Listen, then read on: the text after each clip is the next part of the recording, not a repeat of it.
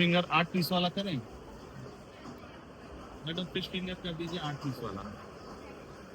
यहाँ वेज वाला ऑर्डर कर दो देखो मैडम। बेबी कॉर्न हो जाएगा हाँ सर बेबी कॉर्न हो जाएगा आपको, और मिक्स सॉस पास्ता। ये भी हो जाएगा आपको। फिश फ्राई, अरे हाँ भूल गए, फिश फ्राई तो बोला ही नहीं। हाँ फिश फ्राई लेके आना है ना, और फिश फिंगर बोला हुआ है तो फिश फिंगर ले लिया है 2 मिनट बोले अभी। डोसा चलिए ना, वेज जंक्शन है वहाँ। डोसा यहाँ मिल जाएगा। पेमेंट यहाँ ऑनलाइन नहीं होगा, कार्ड से होता है। तो डोसा लेने के लिए कार्ड बनवाना पड़ेगा, कार्ड में पैसा रहेगा, उसी से पेमेंट करना है।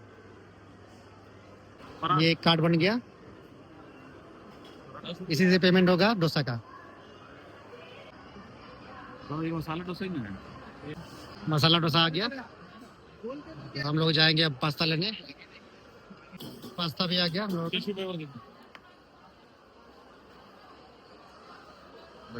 चलो